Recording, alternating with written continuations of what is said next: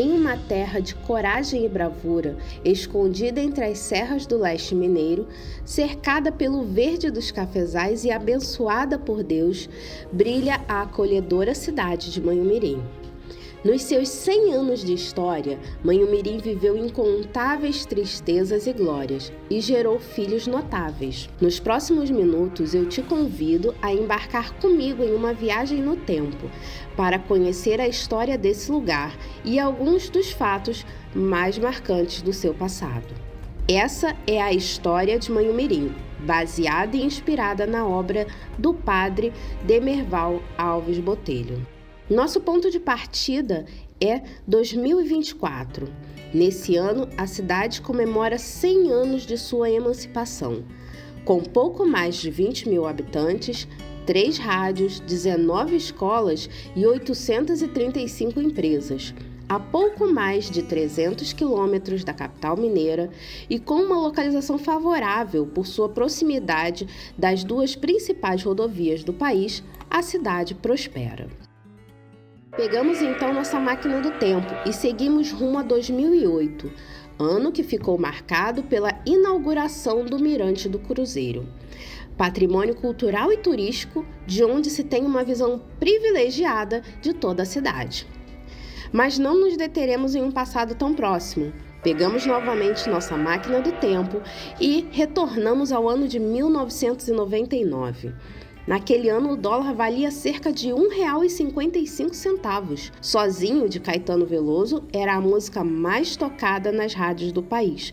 E em Manhumirim era fundado o maior parque ecológico do estado de Minas Gerais, o Parque do Sagui. Com uma área de preservação de mais de 300 hectares, o parque se tornou uma oportunidade única para turistas e moradores, com mirantes de vista belíssima, trilhas, áreas para acampar e fazer piquenique e, principalmente, o contato com animais e plantas da Mata Atlântica, que é hoje o bioma terrestre mais ameaçado do mundo. Voltamos mais um pouco no tempo e chegamos a 1988. Nesse ano, é aberto ao público a Casa de Cultura de Manhumirim. Um ano depois, a casa já contava com uma farta biblioteca, tinha realizado sua primeira mostra de arte, promovido concursos e diversos eventos. Chegamos ao ano de 1952.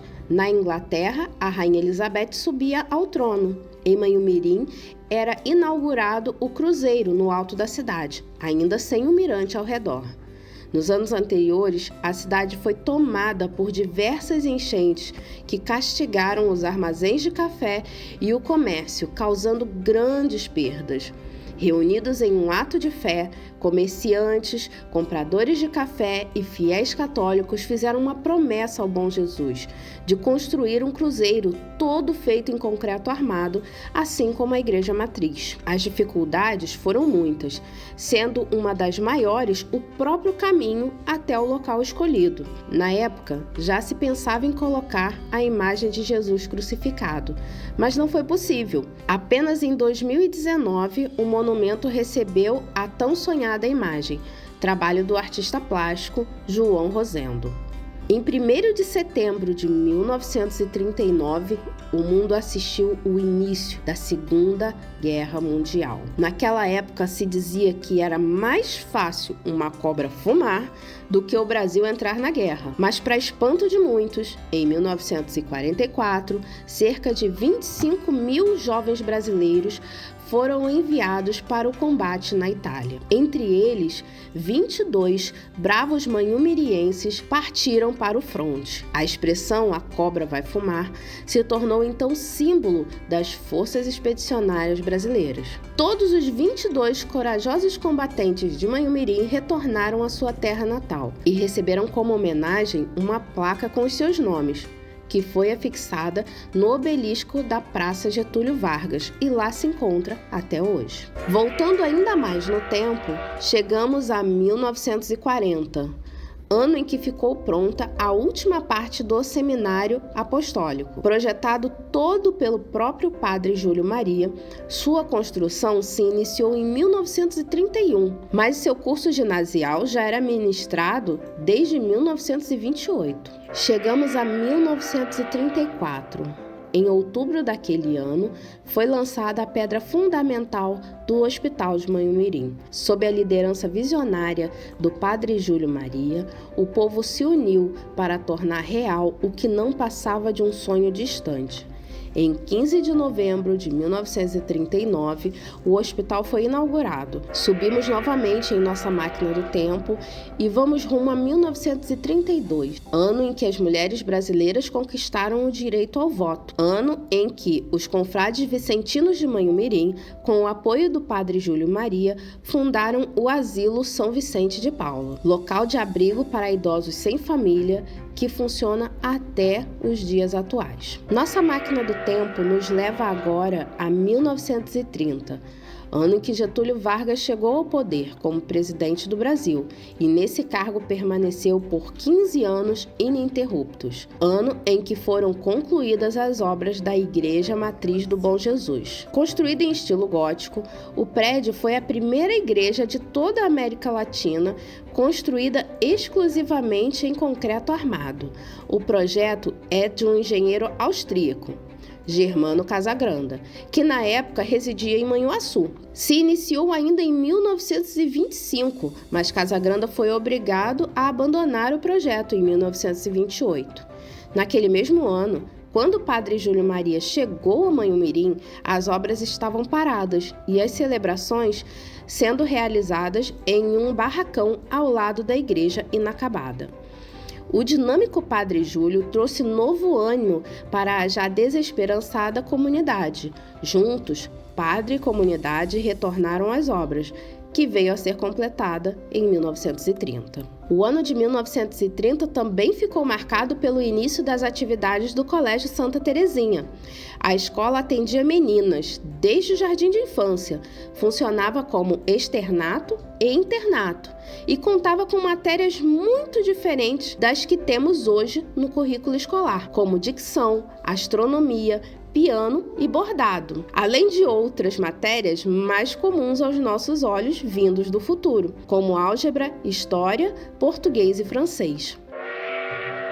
Nossa próxima parada é 1929. Esse ano é sempre lembrado pelo início da maior recessão financeira vivida pelos Estados Unidos. Também foi o ano da inauguração do Colégio Alfredo Lima, a primeira escola pública de Manhumirim. O prédio, bonito e imponente para a época, ficou pronto no final de 1928 e em fevereiro de 1929 iniciaram-se as aulas, com 400 alunos, o que já seria um número expressivo nos dias de hoje. Para aquela época, era um prodígio. O ano de 1928 marca a chegada do destemido e idealista Padre Júlio Maria a Manhumirim, o homem que iria marcar a história da cidade nos campos religioso, educacional, social e da saúde. Em sua missa de posse, havia apenas 5 pessoas da comunidade. Tamanho era o desânimo da população com a vida religiosa na época. O padre veio para Manhumirim com a intenção de fundar aqui um instituto missionário e viria a revolucionar a vida da cidade. Mas naquele momento, ninguém sabia quem ele era. Em 1928, também foi iniciada a primeira linha de ônibus da cidade, ligando Manhumirim a Manhuaçu. Naquela época, era possível fazer o percurso de trem, mas esse só tinha um horário, obrigando quem precisasse ir à cidade vizinha a pernoitar por lá por pelo menos 2 noites, para que pudesse resolver seus negócios. Viajamos agora para 1927, quando foi organizada oficialmente a primeira Igreja Batista de Manhumirim. Igreja essa que já funcionava como congregação há quase 5 anos. Suas primeiras reuniões já como igreja foram realizadas nas dependências de uma escola.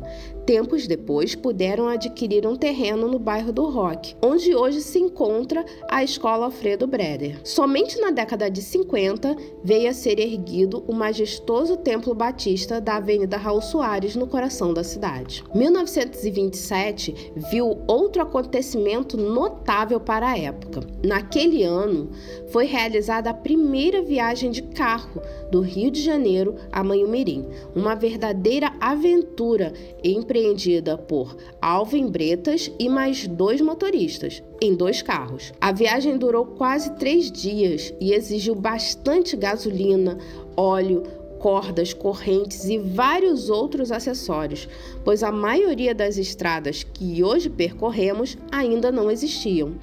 Foi um verdadeiro rally de aventura, por estradas de terra e barro, atravessando rios e enfrentando as forças da natureza. Chegamos a 1924, ano da criação do município de Manhumirim. A região antes dessa data era distrito de Manhuaçu. A luta pela independência política e administrativa durou quase 2 anos inteiros e não foi fácil. Mas no dia 16 de março de 1924, finalmente foi instalada a lei que criava o município oficialmente. Mas mesmo antes disso, Manhumirim já tinha uma enorme importância cultural, econômica e religiosa para toda a região. Esse é o marco dos 100 anos, mas nossa viagem continua cada vez mais fundo na história.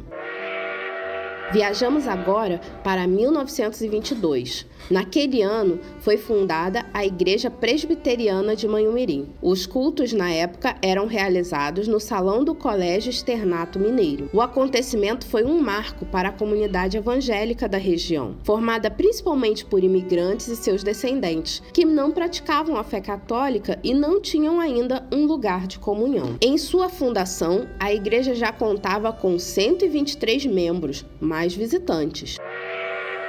Seguimos para o ano de 1917.